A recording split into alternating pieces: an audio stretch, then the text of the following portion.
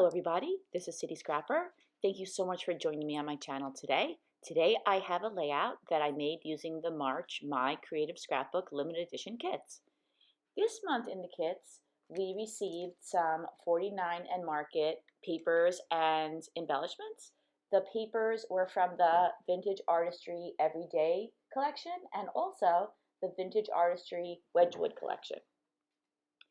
In the kit, we also got a huge pack of 49 and Market ephemera. You can see here that I have chosen quite a number of pieces of ephemera to use on this layout, and I am inking the edges using my dauber and some Distress Oxide in weathered wood. I have recently learned that 49 and Market includes these gorgeous die cuts with the paper packs, and those were included in the kit as well. And I absolutely love those. There were titles and leaves and all the things that I love to include on a layout. So these flowers and the leaves that are off to the left, those are all die cuts. And it's a little tricky to get around all the edges of a piece like this.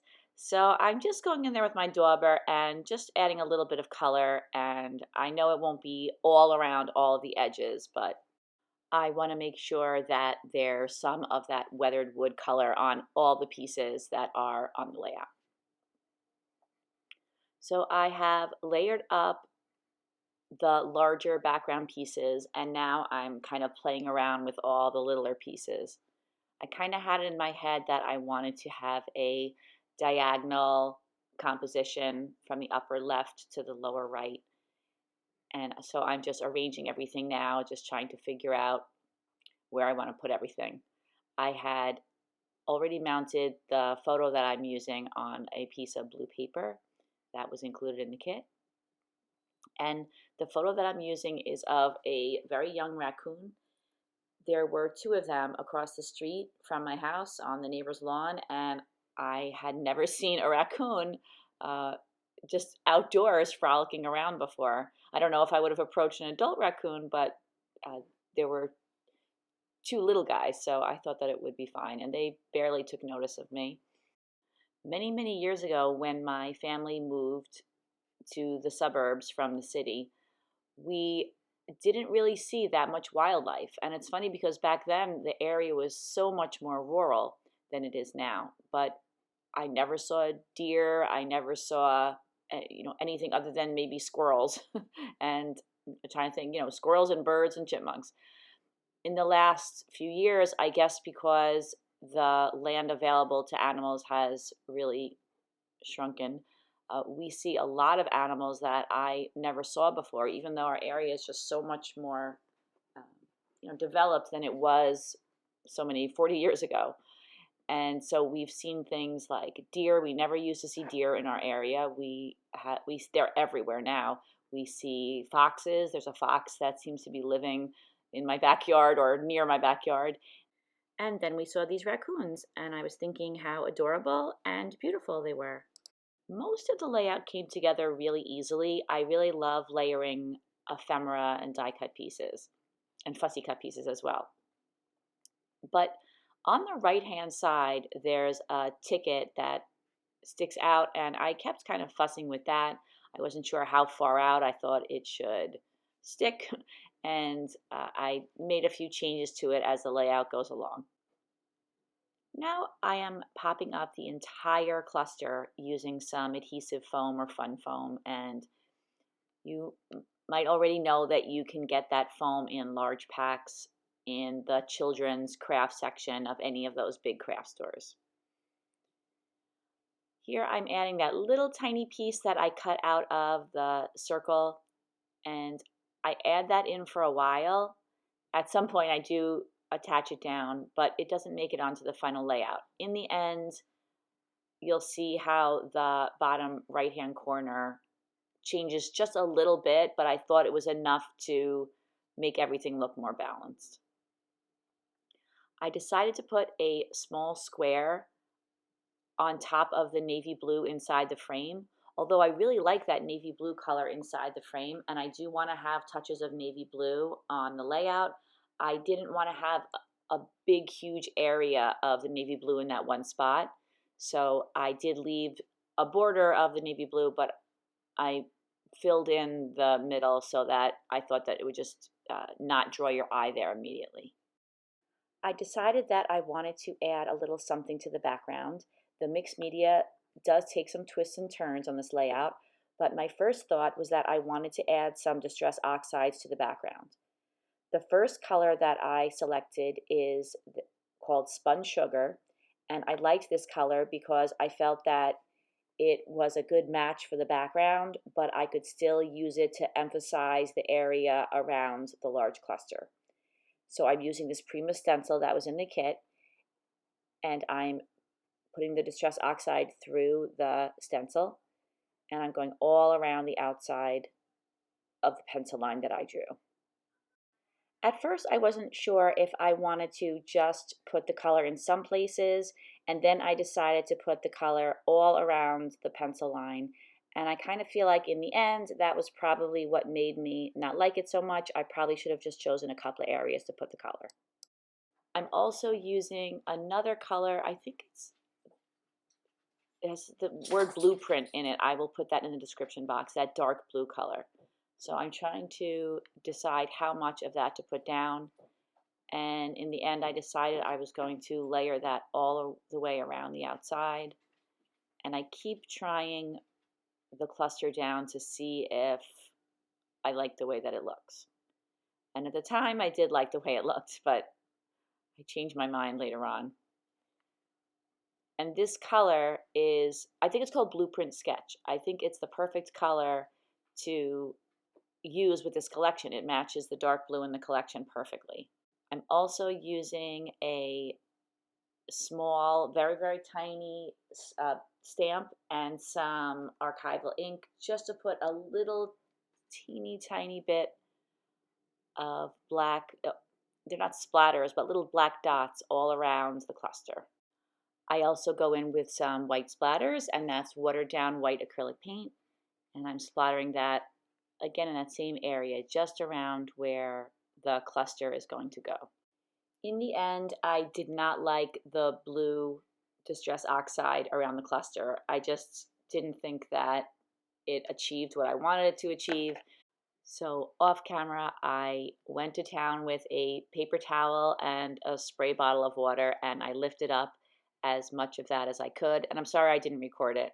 I just kind of decided suddenly I didn't want it on there, and I really should have recorded it so you could see it, but there was really not a lot to it. I just used water, paper towel, and it did come right up. But here I'm still thinking that if I just keep adding more, that it'll look better. And sometimes that does happen with mixed media. Sometimes when you add more, it improves the look, but in this case, it did not. So here you could see everything is kind of faded out. I had already gone back in with the water and the paper towel, and now I think that it looks more subtle, and I'm happier with it. I'm still playing around with some of the embellishments. I do take them off in a moment, but I wanted to know where everything was going to go. And here I'm still working on that right-hand corner. I'm trying to figure out what I think would look good there. So now I have the two ends of the ticket over there. I decide to put some butterflies and some of the flowers. I cut that flower that's in the little frame. I cut that off of the larger cluster. I thought that that would look good in the frame. I am adding some adhesive foam to the back of some butterflies. There were lots of butterflies in this kit, and I love adding butterflies to layouts. And I almost always pop them up on some foam. There's just something about that tiny bit of dimension that I just love. And of course, I do end up moving some of the butterflies around a little bit. But the nice thing is you can move them around if you use the ATG adhesive. So I think that's a benefit to using that adhesive. It's generally repositionable. The title that I'm using for this layout is Glimpse. And when I saw that in the collection, I thought this is the perfect title for this layout because we got a glimpse of these little raccoons, and I haven't seen these raccoons or any other raccoons since then. I decided that I wanted to find a place for the tile to rest in the cluster rather than being separated from the cluster. So I found a spot for it on this card, and I popped that up on some foam so it would be at the same height as the rest of the cluster. Now I jumped over to those little orange flowers in the frame, and I'm popping those up on some foam as well. Adding some ATG adhesive, and now I am going back in again, trying again, but this time I like the result. I'm going back in again with that dark blue Distress Oxide, and now instead of just concentrating it in the same place, I am spreading it all over the layout. And I don't do a whole lot, I just do a few little touches here and there, and I end up liking this a lot better. Oof, glad that that's done. The background is so beautiful. It has so much variation as it is, so I really didn't need to do a lot to the background. Now I'm using some heavy duty gel medium to attach down all of the various embellishments in the background. I'm going in now with the flowers that are included in the kit, and I am spreading those around, trying to figure out where I want to put those. And in a rare move for me, I made a decision and just went right ahead and attached them down to the page. I decided initially to have 3 spots for the flowers, but then I ended up adding one more by the yellow butterfly that's near the frame. Also, I'm adding these little die cuts that are sequins. They had them in orange and blue, so I'm spreading those around the background just to add a little bit of something to the background. And here I'm popping up another butterfly. And I like the way that looks in all the way up at the top of the layout. This month, the limited edition kit had a lot of packages of the 49 Market flowers, and I was happy that the flowers came with a lot of leaves in them. So I used a lot of those leaves on this layout. I am including them in all the clusters, as you can see here. I also made some cutouts. You'll see in a few moments that off camera I cut out some of the paper on the top and some on the bottom. There we go. And I put some of the blue pattern paper that was in the kit behind it. And I am layering part of a die cut of lace over the pattern paper, and I cut it in half. I used some on the top and some on the bottom, and then I ruffled up the edges with my fingers. I'm adding my favorite self-adhesive pearls, and I don't go absolutely crazy with them on this layout, just a few around mainly the outside of the layout, but I do bring a couple into the outside of the cluster, but I do bring a couple into the center of the cluster as well. I just want the eye to kind of move through the whole cluster. So I put just a few pearls in the cluster as well. And I always like to use slightly different sizes. I don't like to use all the same size of pearl. I think that having different sizes makes it more interesting. Just like having different size flowers makes it more interesting, and different sizes of pretty much everything. I feel like it's nice to vary up the sizes when you're including multiples of something. I wanted to mention that I did this layout over many days. Even though it's not the most complicated layout that I've ever made, I struggled for a while trying to figure out how I wanted to complete the layout. I liked the basic composition, but I just needed some time to kind of figure out how I was going to put everything together. And I'm a very strong believer in putting things aside, working on something else, or just taking a break and then coming back later on. I'm continuing to work on those sequins. I had placed a bunch of them around the cluster, and then I took them off in order to work on the tears in the background. And now I'm going back and I'm applying them again, and I continue to work on those. But I thought I would stop and add some white heavy-duty gesso to the background. I'm using a little sponge, and I'm spreading it all around, mainly on the flowers and the leaves, but I also add it to all of the ephemera that's on the background as well.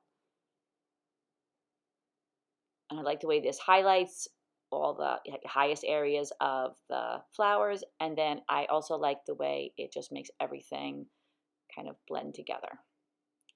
So now I'm finally attaching down those sequins, and that is the last touch on this layout.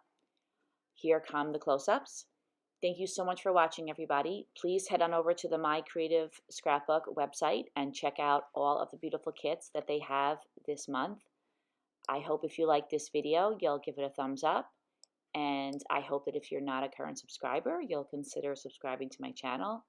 I hope that everybody has a great day, and I will be back again with another layout for my Creative Scrapbook very soon. Take care, everybody. Bye-bye.